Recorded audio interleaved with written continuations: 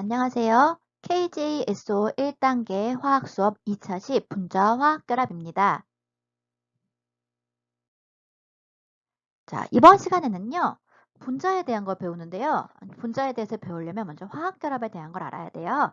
그래서 여러 가지 화학 결합들에 대해서 한번 살펴보도록 하겠습니다.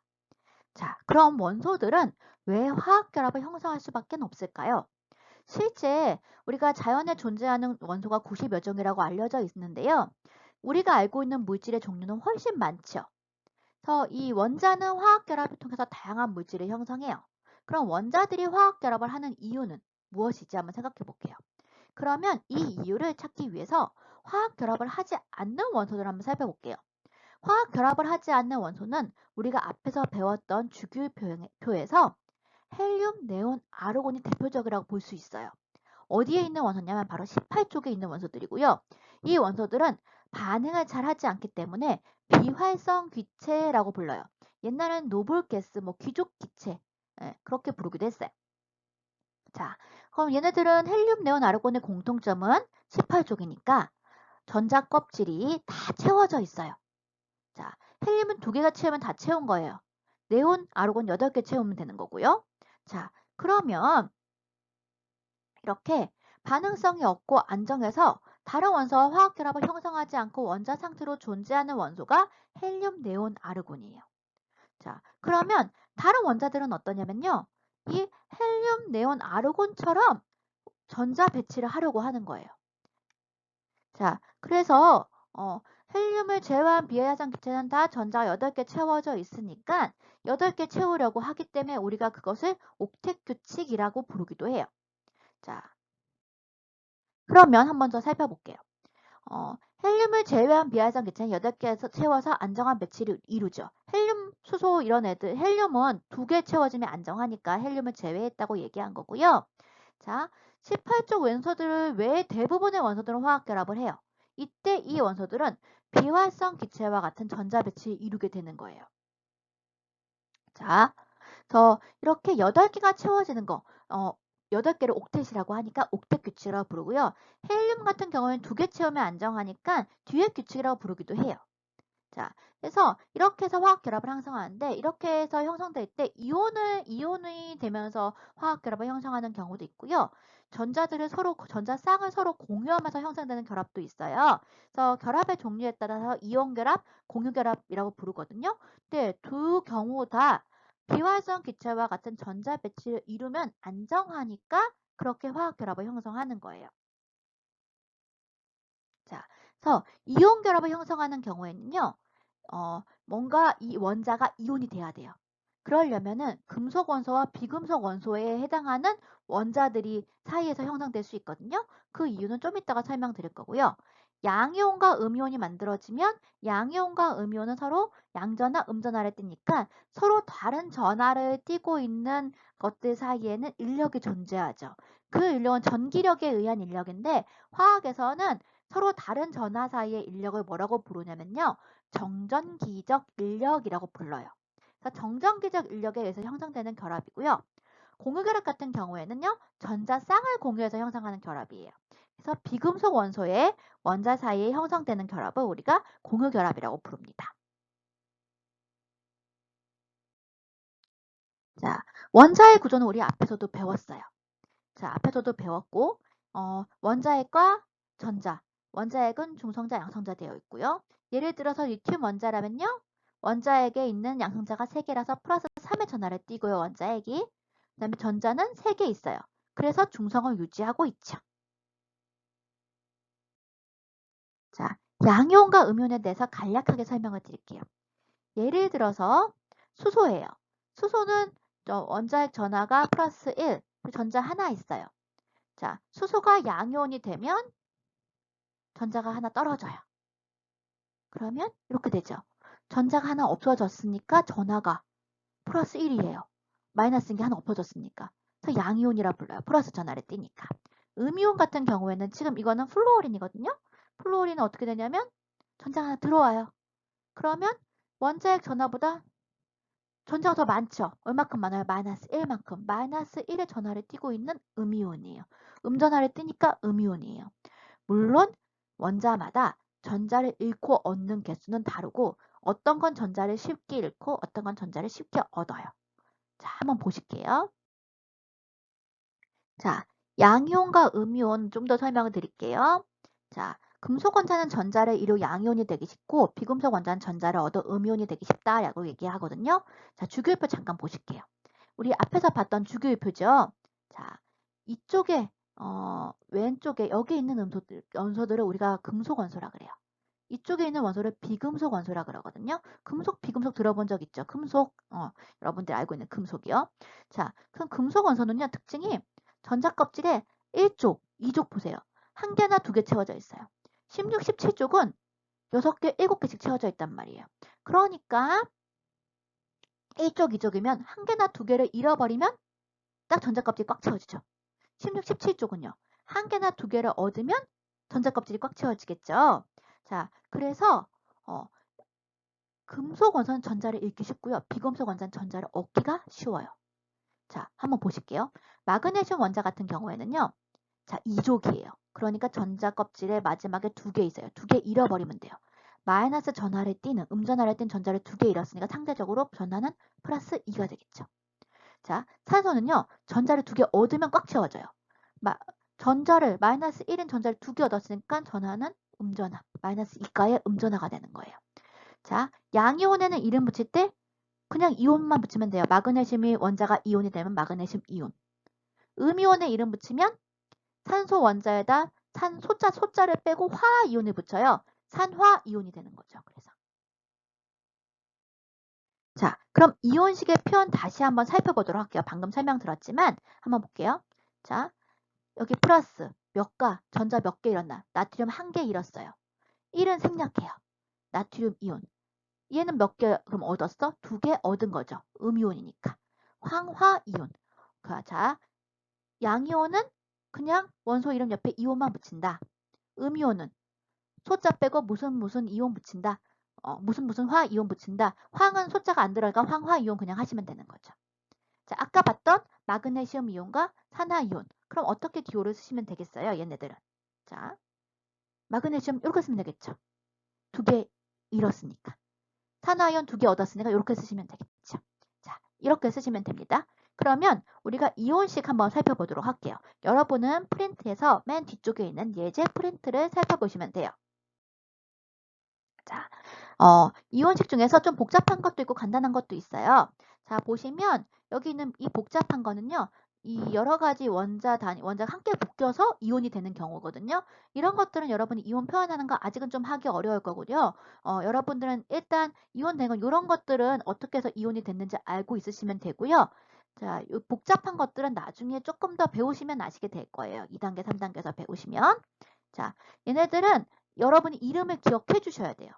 자, 그냥 이건 외울 수밖에 없어요. 사람들이 정한 규칙이니까. 자, 암모늄 이온이고요.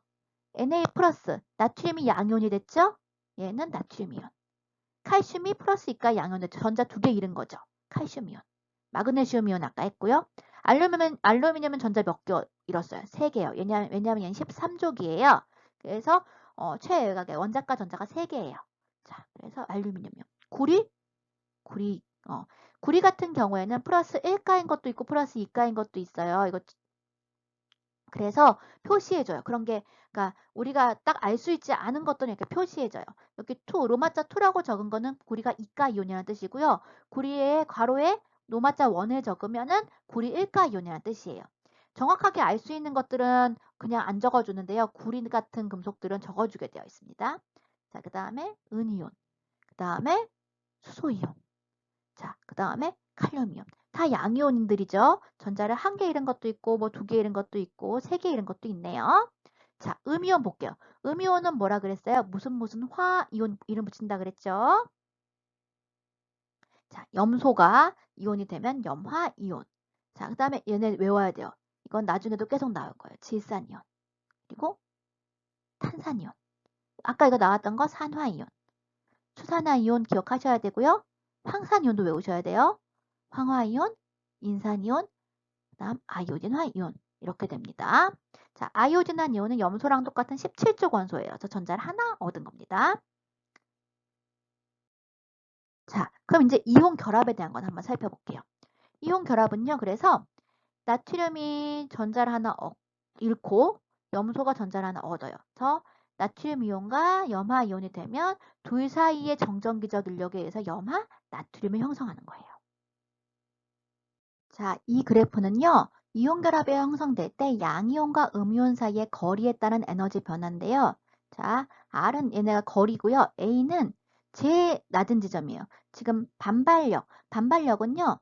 서로 다른 이온들 사이의 전자에 의한 반발이에요. 그 이온들은 양전화, 음전화를 띠는데 그럼 서로 인력이 작용하지만 그 이온들 안에도 전자가 있잖아요. 그 전자끼리 서로 겹쳐지게 되면 반발을 하거든요. 그래서 그 반발에 의한 에너지 변화라고 볼 수 있고요. 그리고 인력은 아까 말했던 이온들 사이 인력이에요. 그래서 이 주황색 선은 두 가지를 합친 거라고 보시면 돼요. 그래서 가장 낮은 지점에서 이온 결합이 형성되는데 이거보다 R, 거리가 이온들 사이의 거리 R이 여기다. 그러면 뭐 어떤 효과가 큰 거예요? 인력이 크잖아요. 이렇게 가요. 그래서 여기에 위치하려고 그러고 너무 가까워지면 반발하잖아요. 그러니까 이리로 밀려나요. R이 A보다 크다. A보다 작다. 그럼 이리로 밀려나요. 그래서 어느 지점에? 이 지점. 이온들 사이의 거리가 A인 R은 A, 인력과 반발력의 균형을 이루죠. 이 지점에서 이온 결합이 형성된다고 볼 수 있어요.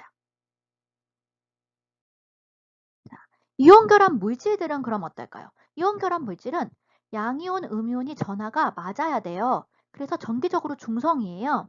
그러니까 금속 원자가 양이온이 되면서 잃은 전자수와 비금속 원자가 음이온이 되면서 얻은 전자수가 같아야 돼요.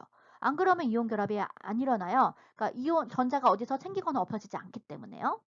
그리고 양이온과 음이온이 서로 3차원적으로 규칙적으로 배열되어 있어요. 염화 나트륨이면 나트륨 이온 하나, 염화 이온 하나가 그냥 결합을 형성하는 것이 아니라 이렇게 3차원적으로 다 배열되어 있는 거예요. 그래서 이온 결합 물질을 표현할 때는요. 이거 다 한꺼번에 나트륨 몇 개, 염화 이온 몇 개 막 할 수 없잖아요. 그래서 나트륨 이온과 염화 이온이 몇 대 몇의 비율로 되어 있냐. 나트륨 이온과 염화 이온이 1대1의 비율이거든요. 그러면 NaCl, 염화 나트륨. CaCl2예요. 그러면 칼슘 이온과 염화 이온이 몇 대 몇에 1대2의 비율로 들어있다라는 의미인 거예요. 자, 칼슘 이온은 플러스 2가 이온이에요. 염화 이온은요? 마이너스 1가 이온이에요. 자, 염화 이온에는 전자를 하나 얻는데 칼슘에는 전자를 두 개 줘야 돼요. 그러니까 염화 이온이 두 개 있어서 전자를 하나씩 받아야지 결합을 형성할 수 있겠죠. 그래서 CaCl2 이렇게 1대2의 비율로 결합을 하는 거예요. 그러면요. 여러분들이 한번 보세요. 예제를 한번 살펴보시면 좋을 것 같아요. 예제에 보시면 여러 가지 이온 결합 물질의 이름을 적도록 되어 있거든요. 이온 결합 물질의 이름을 적을 때는요. 뒤에서부터 읽어주면 돼요. 아까 NH4 플러스 암모늄 이온, 염화 이온은요. Cl 마이너스 염화 이온. 그럼 얘 이름은 염화 암모늄. 다음에 나트륨 이온, 질산 이온이니까 질산 나트륨. 칼슘 이온, 탄산 이온이니까 탄산 칼슘. 자, 탄산은 CO3 2-였어요. 칼슘은 플러스 2. 1대1의 비율로 결합했죠. 자, Mg 2 플러스. 산화이온 마이너스 2. 그러니까 산화 마그네슘 1대1의 비율. 황산구리. 2 적어준 이온 구리가 2가 이온이라는 뜻이고요. Ag2S. 황화이온은 마이너스 2가였어요. 은이온 Ag 플러스는 1가였어요. 그래서 황화은 이렇게 되고요. 다음에 아이오디나 칼륨 이렇게 됩니다. 여러분들은 이름을 보고 얘가 몇 대 몇의 비율로 결합했는지도 아셔야 돼요. 왜냐하면 이온들 전하수를 여러분들이 생각하면 알 수 있는 거니까. 그리고 이온 결합 물질의 성질을 조금 더 살펴볼게요. 이온 결합 물질은 성질은요. 고체선 전류가 흐르지 않아요. 근데 액체나 수용에선 전류가 흐르거든요. 전류가 흐르려면 전하 이동이 있어야 돼요. 염화 나트륨과 같은 고체는요. 나트륨 이온, 염화 이온이 서로 따닥따닥 붙어서 붙들고 있어요. 움직일 수 없죠. 그러니까 전류를 흘려줘도 전류가 흐르지 않지만 물에 녹으면요. 나트륨 이온과 염화 이온 떨어져서 물에 소화되어 있어요. 물 분자가 주위에 둘러싸고. 그래서 이온의 전하의 흐름이 생길 수 있는 거예요. 마이너스 극쪽으로 양이온이 이동하고 플러스 극쪽으로 음이온이 이동을 하면서요. 그래서 수용액에서 전류가 흐를 수 있고요. 액체도 마찬가지죠. 액체도 이동을 할 수 있으니까 입자들이. 그래서 액체나 수용에서 전류가 흐릅니다. 자, 그래서 물에 녹이는 전하를 연결하면 이온이 반대 전하를 띠는 극쪽으로 이동하기 때문에 수용액에서 전류가 흐르고요. 단단한데요. 외부에서 힘을 가하면 쉽게 쪼개지거나 부스러져요. 자체는 단단하지만. 왜냐하면 힘을 가했을 때 서로 같은 전하를 띠는 이온들이 이렇게 겹쳐지게 되면서 반발을 하게 돼요. 그래서 쉽게 부스러질 수 있습니다. 그래서 힘을 가하면 이온층이 밀리면서 두 층의 경계면에 같은 전하를 띤 이온들이 만나게 되어서 반발력이 작용하기 때문입니다. 자, 이온 결합 물질 중에는요, 물에 잘 안 녹는 앙금도 있어요. 그래서 앙금이 생성되는 반응을 우리가 앙금 생성 반응이라고 얘기하는데요. 이 앙금 생성 반응은 이온을 확인하는 데도 쓸 수 있습니다. 자, 그래서 일단 앙금의 정의는요, 양이온과 음이온이 만나 형성된 물질 중에서 물에 녹지 않는 물질을 얘기하게 되고요. 앙금 생성 반응의 대표적인 예로는 염화 나트륨 수용액과 질산은 수용액이 만나서 생기는 염화 은 물질이 앙금이에요. 지금 보시면 그림 속에서 보시면 염화은이 요게 색깔이 요렇게 흰색이 요게 앙금이고요. 가라앉아요. 뽀얗게 흐려진 건 다 앙금이거든요.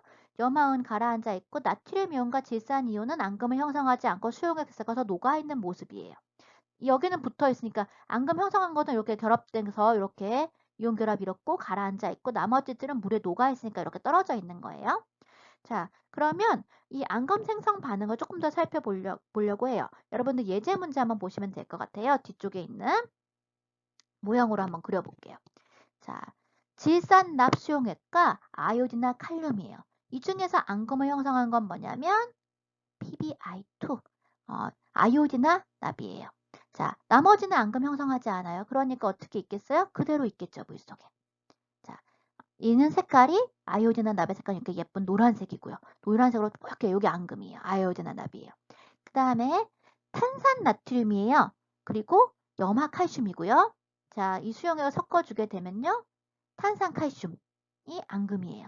탄산 칼슘은 석회수에 숨 불어넣으면 뿌옇게 흐려지는 거 다 탄산칼슘 때문이거든요. 뿌옇게 흐려지게 나타날 거예요. 그리고 나머지는 앙금 형성을 안 해요. 그래서 이렇게 있고요. 색깔은 이렇게 흰색입니다. 그래서 앙금 생성 반응을 이용해서 어떻게 이온을 확인하냐. 예를 들어서 어떤 수용액에 납이 들어있는지 몰라요. 그러면 아요딘과 칼륨을 넣어줬는데 노란 앙금이 생겼어. 그럼 납이 들어있구나 알 수 있는 거죠. 특히 납과 같은 물질들은 중금속이거든요. 그러니까 중금속 확인하는 데서 이렇게 사용할 수 있는 거예요. 그러니까 물론 이것도 앙금을 형성하는 이온만 사용할 수 있지만요. 자, 이번에는 공유결합에 대해서 살펴보도록 할게요. 공유결합은요. 이온결합한 전자를 아예 주고받았어요. 이 하나는 잃어버렸고 하나는 얻었다고 볼 수 있거든요. 그런데 공유결합 같은 경우에는요. 두 개 이상의 비금속 원자 사이에 전자쌍을 공유하여 형성되는 화학결합을 의미해요. 자, 전자쌍을 공유하는데 수소 원자 같은 경우에는요. 헬륨과 같은 배치를 하니까 전자 껍질에 두 개의 전자가 채워져야 돼요. 그러려면 서로 한 쌍 한 쌍을 사서 전자쌍 공유해요. 그럼 얘도 두 개, 이쪽 원자도 두 개가 되는 거예요. 헬륨처럼. 자, 염소 같은 경우는 하나만 있으면 되잖아요. 수소하고 염소니까 공유하면 염소 입장에서도 하나가 생긴 거고 수소 입장에서도 하나가 생긴 거예요. 전자쌍을 공유했기 때문에. 하나하나씩 서로 내놓고 같이 공유하는 거예요. 그래서 이렇게 전자쌍 한 개를 공유하여 형성되는 결합을 우리가 단일 결합이라 불러요. 단일 결합. 또 어떤 경우도 있냐면요. 산소 같은 경우에는 전자를 두 개 얻어야 되거든요. 그다음에 얘도 탄소는 4개 얻어야 돼요. 그래서 이렇게 여기서 두 개씩 전자쌍 두 개 공유, 여기서 전자쌍 두 개를 공유해요. 이렇게 두 개씩 공유하면 이중결합이라고 해요. 자, 탄소와 질소 같은 경우 볼게요. 여기는 3개 공유했죠. 세 쌍을 공유했죠. 전자쌍을. 그래서 이런 것은 삼중결합이라고 해요. 이거는 몇 개 부족한가에 따라 달라요. 탄소 같은 경우에는 4개가 더 있어야 되잖아요. 그래서 수소와 한 쌍 공유하고 전자쌍, 질소와 3쌍 공유하는 거예요. 질소는 몇 개 있으면 돼요? 3개 더 필요해요. 왜냐하면 5개가 있으니까. 그래서 3쌍 공유하면 되는 거고요. 자기가 부족한 개수만큼 전자쌍을 공유해서 형성되는 결합이 바로 공유결합이라고 볼 수 있는 것이죠. 자, 물 분자의 공유결합 모형 한 예제 문제 여러분들 한번 보세요. 자, 수소 원자, 산소 원자 이렇게 공유해서 그럼 수소 원자는 전자쌍 한 쌍 공유하면 되죠. 산소는요? 2쌍 공유해야 돼요. 수소 여기 하나 더 있으니까 수소랑 한 쌍씩 공유하면 되겠네요. 그래서 이렇게 전자쌍을 공유해서 물 분자를 형성하는 것이죠. 자, 그래서 공유결합 물질은요, 이렇게 딱 이런 단위로 이루어져요. 물 분자는요, 산소 하나와 수소 2개. 그렇게 해서 공유결합을 해요. 그래서 이렇게 독립적인 단위를 이루고요. 이러한 것들을 우리가 분자라고 해요. 그래서 공유결합을 이룬 물질들을 우리가 분자라고 부르는 거예요. 분자를 이룬 원자의 종류와 수를 나타내는 것을 우리는 분자식이라고 해요. 산소는요, 전자산 2쌍을 서로 공유해서 이렇게 이중결합 형성해서 산소 분자가 되고요. 물도 분자가 돼요. 물은 수소 2개, 산소 하나죠. 그러니까 H2O라고 적는 거예요. NaCl은요. Na와 Cl이 1대1로 결합한 거지 실제로는 여러 개가 붙어 있었어요. 그렇지만 분자는 그렇지 않아요. 요 단위로 움직이는 거예요. 자, 염화수소 HCl 요 단위. 아까 앞에서 나왔었죠. 암모니아 NH3, 메테인 CH4, 이산화탄소 CO2 이렇게 되는 거예요. 물론 공유결합 물질 중에도 어떤 원자가 연속적으로 공유결합을 형성하기도 해요. 탄소 같은 것들이에요. 뭐 이렇게 형성하기도 하고 이런 것들은 분자가 당연히 아니고요. 분자는 앞에 있는 분자식을 이룬 이런 것들을 분자라고 불러요. 공유결합 물질이 모두 다 분자는 아니에요. 탄소 이런 것들은 분자가 아닙니다. 그거 조금 주의해 주시고요. 마지막으로 금속결합 한번 살펴볼게요. 금속결합은요, 금속들끼리 된 결합이고요. 우리 알루미늄은 그냥 금속하면 Al 이렇게 적거든요. 구리 Cu 이렇게 적고요. 금속은요, 금속 양이온이 있고 자유전자 사이의 인력이에요. 금속 양이온은요, 그러니까 자유전자가 금속에서 원자에서 떨어져 나온 전자들이 한 원자에 속해 있지 않고 수많은 금속 양이온 사이를 다니게 되는 거예요. 그러니까 금속들은 금속 양이온이고 그 사이를 전자가 막 돌아다녀요. 그래서 금속 양이온하고 전자니까 서로 정전기적 인력이 작용하죠. 이렇게 해서 형성된 결합을 우리가 금속결합이라고 불러요. 자, 그래서 금속결합 물질은요, 전도성이 커요. 자유전자, 자유롭게 다니는 전자가 있기 때문에 전기를 잘 전달할 수 있고 열도 잘 전달을 해요. 다 자유전자 때문에 나타나는 현상이죠. 자유전자들이 플러스 극적으로 이동하고요. 열을 가하면 자유전자가 열에너지를 얻어서 큰 열에너지를 가진 자유전자가 인접한 자유전자 금속 양이온에 열에너지를 전달해요. 그리고 뽑힘성과 펴진성이 있어요. 길게 쭉 뽑아서 가늘고 길게 만드는 거, 펴지는 거는 납작하게 만드는 거거든요. 그래서 금속 양이온층이 미끄러져서 변형이 일어나긴 하지만 자유전자가 돌아다니면서 결합을 유지시켜줘요. 그래서 부서지지 않고 이렇게 만들 수 있는 겁니다. 자, 우리 이온결합, 공유결합, 금속결합 알아봤고요. 공유결합 물질 중에서 분자의 물질들이 있는 거였습니다. 자, 우리 결합에 대해서 잘 이해하고 있으면서 다음 시간에는 기체에 대한 내용을 학습하도록 하겠습니다. 오늘 수업 여기서 마칠게요.